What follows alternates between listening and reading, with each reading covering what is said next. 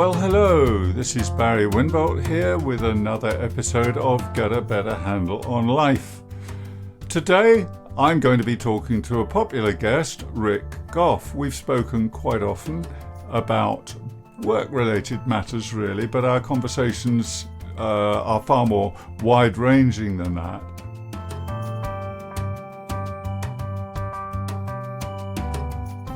I've noticed that Rick's episodes get quite a lot of traction on the podcast, and I met him recently. He's a friend of mine as well as a podcast guest, and he suggested that how to say no at work might be a useful topic to cover. So, without more ado,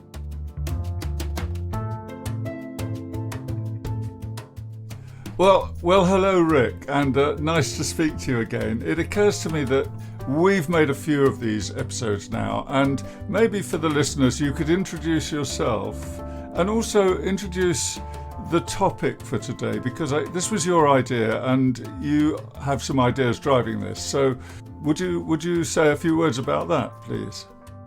Absolutely, Barry. So my name is Rick Gough. I work for a large multinational. I've been there for about 27 years. Done a variety of little jobs before that, but this has been my kind of main career since then. Started off in quite a junior position. I've done various different things, from being a developer, was around for the year 2000 project. We did Euro conversions, done a wide variety of things, had to reinvent myself a couple of times, following some different strategies put in place. But now quite happy, got a lovely team that I'm in, work with a lovely set of clients around Europe. Great. And so today's topic, saying no at work. Yeah, Barry, I think I like to be liked, and I don't like to upset people. And so from a long time ago, it's probably my mother or something as far back as that, sort of taught me, it's good to please people. And so pleasing people I've always associated with saying yes. And if somebody asks for something, you will say, yes, of course, I'll do that for you. But to my cost, during my working career, I kind of thought, well, actually, there's a time you need to say no. And actually, it can be quite empowering and good for everybody, rather than just agreeing for everybody to something, especially if you can't deliver something or you deliver it below standard because you've agreed to something you didn't have time to do or didn't have the skills to do. So it's actually better to be honest and say no. But depends who's asking, I guess, or depends what environment they're asking you, it can be really quite challenging. So the idea of talking to you about it was, between us, is there any wisdom that we can share to help others who maybe find it quite challenging to say no? Okay, well, that's very succinct, and I love the idea of us sharing wisdom, because it makes us sound wise. And but actually, it draws me to a more serious point, which is, we've all done that first few years. I'm older than you, but you're of a certain age, and you're not 29 now trying to make a way in a career. You've found your place, you're settled, you're comfortable, you're happy. And it's difficult to imagine, perhaps for us, how it might be for somebody starting out in a job, wanting to please, feeling they need to toe the line. So I guess we have to make this conversation, we have to bear that in mind with this conversation. What do you think? It's quite important, right, that point. And you can see it from both sides. One is kind of like maybe a graduate just starting out, and do they feel empowered to say no? But also somebody that's mentored graduates, having asked somebody to do a task and they've said no, how I've received that, and what that makes me think. So that's really interesting. You're looking at it from both positions, as a new graduate, but also as somebody who's mentored graduates and therefore have had to accept the no as a refusal to do something. Is that what you're saying? Yes. It actually can be quite a good thing, and makes me think better of the person if done in the right way, because it shows that they've understood the request, they've assessed what's going on in their world, maybe their skill, maybe their will, maybe everything else. But if they can share the reasons why they're saying no, rather than just a flat no, then that gives you, I think, oh, actually, you're quite mature. You've really thought this through. Maybe I need to rephrase or restructure my request in some way because I'm being pushed back. And that's okay. It's absolutely fine, as long as it's done in the right way, respectfully, rather than just, no, I'm not going to do that. Yes, absolutely. So how could one, this graduate we're talking about, how could she or he push back, as you put it, politely decline the request or the order or the instruction in a way that's most likely to fall on listening ears and be at least considered by the person they're refusing, do you think? I've tried to kind of think about this, and I think it's always good to summarize back what the request is. So you're asking me to do X in a shortened way, and then sort of say, well, as it happens, here's what's going on with me. I think that the best person that sort of says no to you doesn't actually use the word no, and can actually tell you that they can't do it without saying no. And I think that's genius, but maybe that comes with experience. So I think as long as somebody really gives a genuine reason why they can't, that is understood by everybody, maybe because you've already asked them to do 100 things and this is the 101st and they just don't have time to do it, you could say, instead of saying no, say, okay, well, you've asked me to do these things already. Is this new thing you're asking a higher priority than those other things? And therefore, I'll be doing those, delivering those later, because now you've asked me to do something new. And just trying to give some rationale, but without being arrogant about it, lippy about it. Yes, in a considered way. And one of the standard responses that I used to talk about when I was doing the difficult people seminars, for example, was to say, I would love to do it. However, I've got a lot on my desk right now. Can you help me prioritize this? Because I recognize blah, blah, blah, that my time is limited and this, that, and the other. And that, I suppose, it draws my attention as I'm thinking that through, it draws my attention to the fact that the person who is refusing has to have been thinking about their work in a fairly constructive and planned way. They need to be that type of person already. If they're just somebody who's running like a headless chicken and stressed and overworked and feeling they just can't take any more on, they may not have the presence of mind at that time to present their case coherently and intelligently and in a way that doesn't sound like an outright rejection or refusal of an instruction.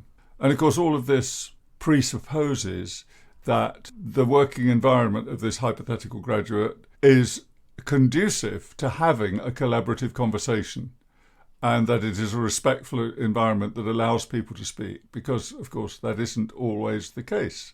Yes. So when to say no, was one of your bullet points. When does one say no? I think you've probably outlined that, really, haven't you? And what about if you don't feel it's your job? If you feel that you're being given the job because you're productive, but the person next to you really should be doing, and this is the 49th time that you've picked up the slack for somebody else? I think then you've got to understand why that person is asking you to do this. Why is it that, because they must know that it's actually somebody else's job. Is it because actually you've done it so many times, you can do it quickly, and therefore I just know that I can rely upon you? So it could be quite a flattering reason. Yeah. And saying, do you know what, I'll ask Barry to do this because I know he's dead good at this. He's not supposed to, but it cuts a corner for me, right, and I know stay late and get this done. It's not for today's topic, but it could be for more sinister reasons of power or control or bullying or something like that. Yeah, but usually not, let's assume. No. And also that then suggests that the person doing the asking should also have the respect for the person they're asking, to keep them informed and let them know why they're saying, look, I know this may seem unfair to you, however, and of course they too, the asker, may be under tremendous pressure themselves and not really thinking straight about how they're dishing out or delegating work, I suppose. I think that's really important, and I think it could be that just simply lack of awareness of what the other person has got on their plate and said, "Oh, well, I didn't know that you were, already Mm. doing something." Is there more of a risk, do you think, in this sort of area we're talking about now, which is asking somebody to do something without really considering the impact on what you're asking them to do? Is there more of a risk with remote working, do you think? Oh gosh, that's a really good question, isn't it? I think that we have matured a lot and got a lot more used to remote working. Like today, we've got the camera on, we can see each other, and I think that clearly it's easier to say no if you're not looking at somebody, or saying no via email or text or something like that. There's not that emotional connection with somebody. So if you're in a room, you may find it more intimidating to say no. But I'm not suggesting that if you're going to say no, turn the cameras off and do something else, because that won't do you any favors long term. But I think there is something there to say yes. It will be harder face to face. Yes, and I suppose we're still at the beginning, really, of remote working. I mean, it's going to be a long time before it matures into something that's in everybody's mind, and we know what it means. We know what the etiquette is. Anyway, that's another subject. So, are there any dangers in saying no? Because obviously, people are You touched on it earlier. People are quite cautious about refusing. I think it's not going to look good on you. If people keep asking you to do something and you keep saying no, then you have to think about your brand and about what people will perceive about you. And Mm. you kind of think, okay, well, and when it comes to promotion or giving out year-end ratings, if you're somebody that has a reputation for saying, they'll probably say no. I'll ask them anyway, but they'll probably say no, and not prepared to stretch themselves or take the odd risk here and there. I think that won't look good for somebody. But no, but you have to balance it and say, okay, well, when you're doing that assessment to say, okay, the pros and cons of saying yes or no, is that in your mind you know what you can do, what you're willing to do, what you've got available. But there's also, what are the benefits of saying yes? Is this somebody I want to impress? Is this somebody I want to please? Can I do this task? Am I going to learn from it? What will I benefit from doing this? And I think that sometimes it's that will outweigh the cost of sort of saying no, I'm not going to do it. But we're here to say about saying no, not yes, aren't we? Well, yes, we are. But then equally, if you are saying yes when you're feeling no, just what you've just added is very important because, for example, I might take on a project and say yes to something which instinctively I feel is not a good move because I've got so much on my desk at the moment and I've got things coming up. But on the other hand, it's very exciting. It's something I'd like to do and from which I will learn or grow or develop or might open new opportunities. So I might have to work a bit harder or put some extra hours in to fit it in. So there may be times when we would say yes against our better judgment, but our judgment actually says this could be a good career move or this could be useful. I suppose the problem is of saying no for a lot of people is that they just don't feel they can. In their position, they don't feel they have the freedom to manage their workload by saying, actually, thank you for asking, but on this occasion, I'll pass, or finding some way of saying that, which would be well received. Yeah, we touched on that earlier, isn't it? And it's a balance, isn't it, of just trying to be aware of what your responsibilities are, and making sure that you are trying to have a fair response to everything. If you say yes but you can't deliver, that's not a great outcome. But if you say no and there's a sort of negative theory on your head, I think if somebody says no to you, say, Barry, can you pick these apples up off the floor? You say, no, I'm not doing that. And you think, oh, okay, well, why is that? No, I haven't got any explanation. You just said a flat out no. But if you said, actually, Rick, I'd love to pick those, as you said, I'd love to pick those apples off the floor. At the moment, I've got a really bad back. Then you I've got some empathy towards you. I've got an understanding of why. And actually, sometimes you can end up respecting somebody a bit more because they're empowered to say no. And actually, our relationship is in that place where we know each other and look out for each other enough, and you can say, okay, well, actually, I respect your no, and that's fine because I understand the reasons behind it. Yeah, and I suppose actually we're dancing around a bit about the idea of the relationship between the asker and the, in this case, the refuser, because it may be, if they have a good working relationship and there's generally a fairly collaborative environment between them, then they might, the person who's being asked might be able to say, well, look, I'd normally do it, but today or this week, I mean, it's just going to be impossible. I've got the show coming up on Monday and I've got all of this work to do. However, I can see that you need it done. Is there some way we can talk it through so that we can figure out a way of getting it done? Maybe I'll do a bit of it or delegate it. So it's understanding why doesn't just become the domain of the asker. It's also appropriate for the person who wants to refuse to say, can you tell me a bit more about that so that I understand what needs doing? Because obviously you wouldn't be asking me if it wasn't important, but equally I don't think I'm the guy at the moment who can actually help you with this, because it's going to mean something else will suffer. Is it possible to use no in a way to negotiate a better situation?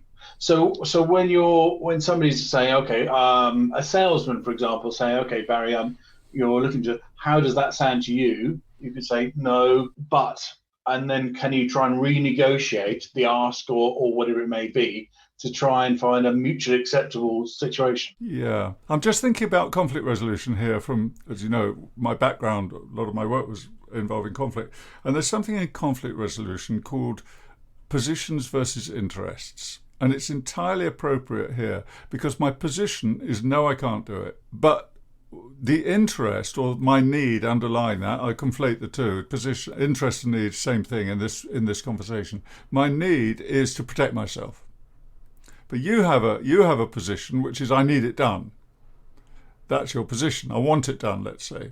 And your interest underlying that, or your need underlying that, is to get the job done. So if we start talking between us, instead of yes, no, we talk rather about this is why I can't do it, and you're talking about this is why I need it done, that is a different type of conversation. And it immediately becomes much more fruitful and filled with potential than a simple binary yes, no. So instead of saying no, asking for more context, saying, or when do you need this done by? How important is it? Who's going to benefit from me doing this? Yeah. Asked the right way can help you understand and make that decision better yourself. It comes back actually to what underpins so many business conversations, which is the quality of the discussion. So if instead of, as you've said, an outright no, we find out a bit more about the need to have it done. We might say, for example, well, I want to say no, but instead I might say, what's the flexibility on this? Because right now I think I'd have to say no. However, if you could tell me more. So you've already inserted the idea of no in a non-threatening way because you've displaced it a bit. Right now I'd have to say no. I'm not saying no, but right now I would have to say no if you push this. On the other hand, is there any wiggle room here? Is there any flexibility? You've said you need it by Friday. However, what if I wasn't able to do it by Friday? What would plan B be? Your plan B or my, So it could lead to a much more fruitful relationship, couldn't it? Yes, absolutely. I can hear some people saying, yeah, I haven't got time for all this rubbish. I just need the job doing. As people have often said to me when I was a consultant, I haven't got time to listen properly. I haven't got time to talk about this stuff. I need this doing. And I always said to people, you haven't got the time not to listen. You haven't got the time not to talk it through because it'll mean that it's not going to come back and bite you later. If you get it sorted out properly now, you're actually building a better relationship. If, for example, so some things are your responsibility, and that you've got a team of people, your boss has said, actually, the company's not doing well. Can you tell everybody there's not going to be a Christmas bonus this year? You can't really say no to that, can you? Because it's going to have to be done. So you just have to agree to some things. There is situations where there's no getting out of it. You're just going to have to work out how to do it It's Yeah. your job, Yeah. and take it on the chin. Yeah. I mean, you can ask for help in those situations. Yeah. You can say, okay, have we got any material on our displacement policy that I can use, or have you got some other text that other people in my role are using that I can help me with this situation? My mind went back to my training days as you were saying that, and thinking of people who had been asked to do things, for example, appraisals, where they'd never been taught how to do an appraisal. So if you feel underskilled because you just haven't had the support and training from the company to give you those skills, then it's perfectly reasonable to ask for guidance on that, some mentoring or some training or something like that, isn't it? Absolutely, and I think that the employer has a responsibility to make sure that everybody's skilled and empowered to do their role properly. Yes, but we know in the real world that doesn't always happen, unfortunately. No. Well, I was sorry, I interrupted you, I think, but I think the one thing is that it just reflecting on that a bit more, when you're being asked and the person isn't particularly confident or assertive or new to their role, sometimes you know that can be hard to receive, or maybe you don't respect the person that's being asked because you maybe they got the promotion to team leader over you. And so maybe you've already got some emotional response when they're asking you to do something, and you need to be professional. You need to rise above that and not get caught up in the emotional response. Yes, of course. And again, that's a question of maturity and experience to some degree, and keeping your wits about you. I was just wondering about turning a refusal to an advantage by saying, well, I would love to do it. Thank you for asking, because it's actually pointed out, I just draw my attention to the fact that I'm totally ill-equipped. So, if you could just give me some training in this, I'd love to do that sort of thing. I mean, it's a little bit flippant, but it's really a martial arts approach. You take what comes at you and you go with it, rather than trying to, a flat stop, a dead stop by saying by a no refusal. And what do you think are some of the positives of being able to say, to refuse a task or a job or some part of your role? I think, like I said, you can actually build your reputation. And if you're somebody that says yes to everything, you think, well, there's no way you can deliver all that. Yeah. And it can be quite damaging to your brand, what people think about you if you just accept everything, or you'll be a pushover and taken advantage of. So I think that people will expect you to say no to some things because you can't possibly do everything. Okay, that's a really important point. And again, it takes me back to the days of, on every event I did, there'd be some common questions. One of them was, well, I've got somebody on my team who says yes to everything, but they really don't deliver very well. And I've tried talking to them. I've tried saying, look, maybe this time you don't do this. You just focus on those other tasks you haven't finished. And then we'll talk about more stuff. So they're very eager, but they don't seem to have the insight into their own performance, actually. The fact that they're not delivering reliably or in a satisfactory manner. So I can relate to that, actually. In my role, I have to call upon other teams who support me, and you then check in with them on a regular basis. You said, okay, we're going to get that done within 3 weeks. So every 3 or 4 days, you may have a reminder just to check in, say, how's that going? Is that on time? We okay? Is that still on track to be delivered on the 31st? Yeah, we're great. Yep. And you keep asking, and then it gets to like 2 days before, and you say, well, we must be in testing phase or now ready for, no, we're not. And it's too late then, and because somebody said yes the whole way through, because they didn't want to admit they were having problems, or my request wasn't clear, or they weren't getting the information they needed.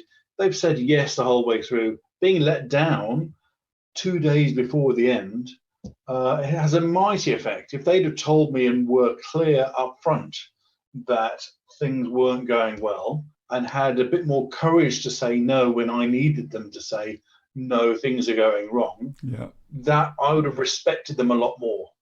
And I would have appreciated that. To know, and I could have told the client, say, I'm sorry, we're having problems here, or I could have escalated. Or you could have, they could have got extra support or guidance or input from you, which might have helped them. Yeah, absolutely. Very important.